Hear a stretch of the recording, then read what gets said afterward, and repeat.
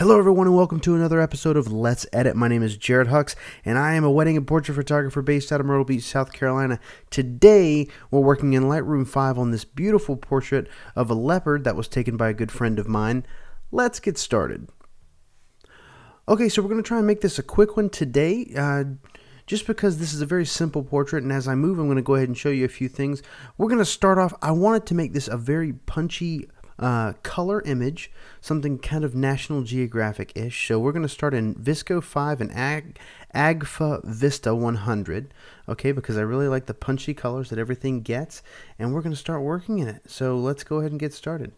Like I did say, this was taken by a friend of mine, and he had gone to the zoo in, I believe, North Carolina, just having a good time with some friends. He is not a professional photographer. He just happened to be out taking some photos, just having a good time. And he had a Nikon D3100 with a 55-200 lens and, you know, just very easy, simple equipment, nothing special.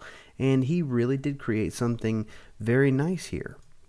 It just goes to show you that you don't need, you know, $4,000 worth of equipment to take a decent photo. And I'm really, I'm impressed with what he was able to capture. This moment was great. He said that this was behind glass, so he did shoot through, you know, a plate glass window to get this. But almost everything else that he had, there was a cage in the way of some sort. So it was really nice to just have something very clear and obvious about this animal.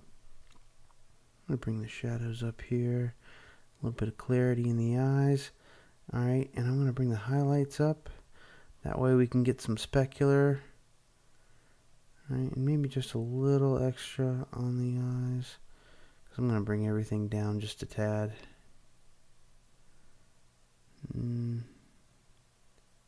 Yeah, right there. And then I'm going to burn in some, or excuse me, dodge some. So got that. Let's add a little clarity and just a tad bit of sharpness. Okay, we're going to start painting in here. I'm going to go ahead and do a mask overlay. That way I can kind of see what I'm painting. But I really just kind of wanted to get the vibrancy on his body up to the point that his head is, you know, because you've got those rich colors and stuff around his face. I just want to be able to match that as much as I can with his body as well. Okay, so take off that. Alright, we're going to add some saturation here. Yeah, there we go. We're getting there. And I'm going to dull this down because this is just a little too much of the good stuff in my opinion. A little bit of contrast. So there we go. Yeah, we're getting this nice color. Everything's kind of coming in a bit. Alright. Very nice. Very nice. Okay, I want to double check my white balance. I think I want to try it. What if I were to bring it up? No, I don't like that. I'm going to go back. Alright, I think I'm going to fix this a little bit. It's just a little blue there. I can fix it with an adjustment though.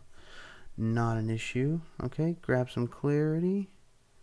Very cool. Let's just see where we've gone so far. We got before and after. Before and after. Great. And he was shooting in RAW, so this is a RAW image. And so that is a big saving grace in this image, you know, that it wasn't stuck in some kind of neutral picture style or something that Nikon had on the image. So it gives me a little bit more range to play with.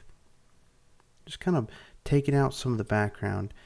As I do that, it kind of allows me to make this image a little bit more about the cat, and that's really cool. Okay, so I'm going to bring down the vibrancy. Nope. Nope. How about saturation? Actually, I'm pretty happy with where this is right now. What I wanted to do, just because I'm being nitpicky,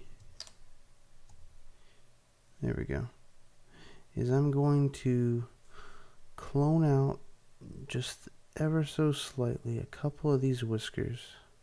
And the only reason why is because with them all off frame here, it just kind of makes it look like it was taken incorrectly. And basically this is just, I'm going to try and see if I can fix the framing, and that way I've got all of his whiskers in instead of it looking like they're dragging off frame. I never thought about cloning something out to try and make it look like there was, a better frame. But it seems to work here. I think it's selling it maybe just a little better. There we go. All right, last one here. There we go. Yeah, and see, now they just, maybe I'm going to make them a little less uniform. But it just makes it, in my opinion, look a little less like it's missing part of its whiskers. Yeah, there we go. I think that looks really cool. I love the hair coming out of its ears here. It was a very well framed shot. I'm very proud of my friend, and he was ecstatic to have it up. His name is Michael Burckley. He's a pretty cool guy, and so I'll have his information in the description below if you'd like to see it there. Also, if you'd like your photo to be shown on one of these videos, make sure to reach out to me on social media in some type of way, and we'll see if we can go ahead and get you on the list. Alright, and I'm just about done with this. I'm going to bring this up just a bit. Alright, and the last thing I'm going to do is I'm just going to grab my adjustment brush. We're going to go ahead and clear out all this good stuff. Alright, and I'm going to bring this up from blue ever so slightly. We're going to go to maybe 11. Okay, and we're just going to paint in here a little bit and make this a little less blue. Okay, now what I'm going to do is I'm actually going to just bring this back a tiny bit. Okay, so let's go ahead and see our before.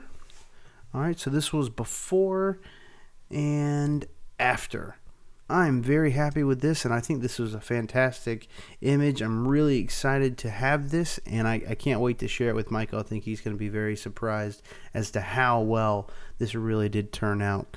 Again, you just have, the dullness, loss of contrast because of that extra piece of glass in between you. But when you have a raw file, it allows you to do so much more with it and pull things out. All right, guys, well, that's all I have for you today. Make sure to go down to the comments, give me some love, see what you like, dislike, something you'd like to see more of in the future. Make sure to subscribe to the channel. That way you can see all the cool stuff I have coming out every week.